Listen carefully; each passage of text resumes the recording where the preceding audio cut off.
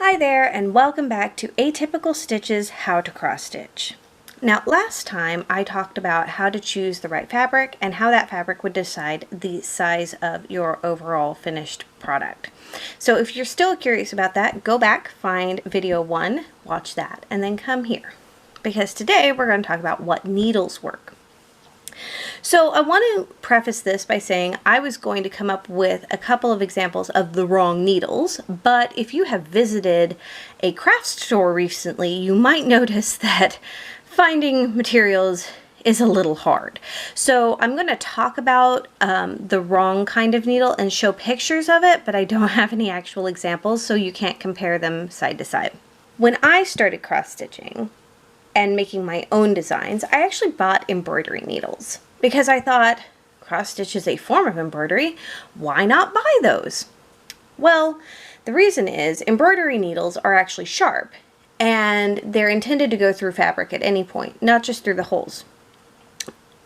Likewise, cross stitch is considered kind of a form of tapestry because, like we talked about last time, all of our fabric has these evenly spaced holes that we're going to push our needle and our floss through.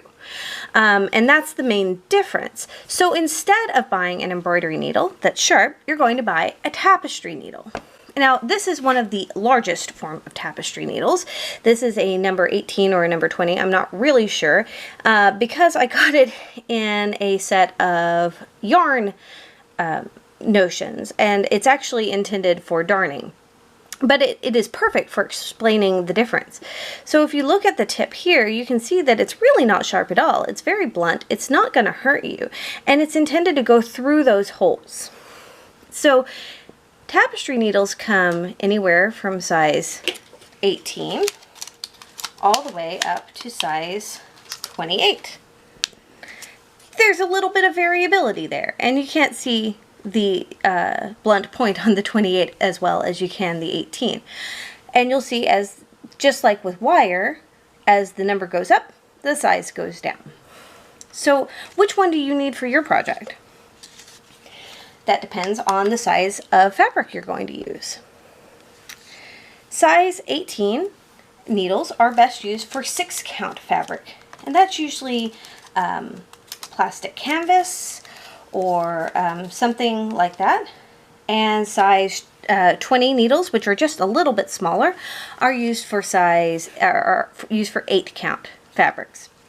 Again, another probably form of plastic canvas. So when we get into size 24, we're looking at size 12 to 14 fabric. This is what I send out when I send out one of my larger charts, such as Pug Life, and you can see that that is really useful, and it can just poke right through that hole. It's most people recommend a slightly smaller needle for size 14, but I actually kind of like them to be a little bit bigger because people who are newer to cross stitch are able to just kind of pause there and it won't slip straight through. Because, for example, if I were to include a 26, it's really easy to just kind of accidentally shove that right through. It's really fast. So when I send out a chart that has 18, I include a size 26 needle. And you can see how different that is in size, and that they're pretty close, but you can still grab that pretty easily. Now, most things that I've seen recommend a size 28 needle for anything above 18. And I personally use my 18 needle when I'm doing smaller counts, when I'm going to go to my 25 count that I showed last time.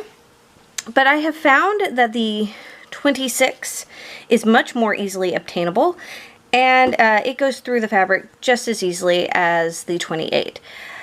So for me, my preference is to use the 26 on 18 and then go to the 28 for anything above 18 count. Now again, these eyes will also differ in size, and that's part of that decision. We'll talk about the floss in a little bit, but the larger the eye, the more floss it can hold. So if you look at the difference between, say, the 18 and the 20, the 18 and the 24, you can see that there's a big difference in the eye size. And if you go down to the 28, it's even smaller. So again, that's another choice for accessibility, to let people thread their needles a little bit easier. So that's, if you're going to go out and buy some cross-stitch supplies, make sure you get tapestry needles, and make sure you check the size of your fabric before you buy your tapestry needle. Again, I use a 24 for anything that's under 18.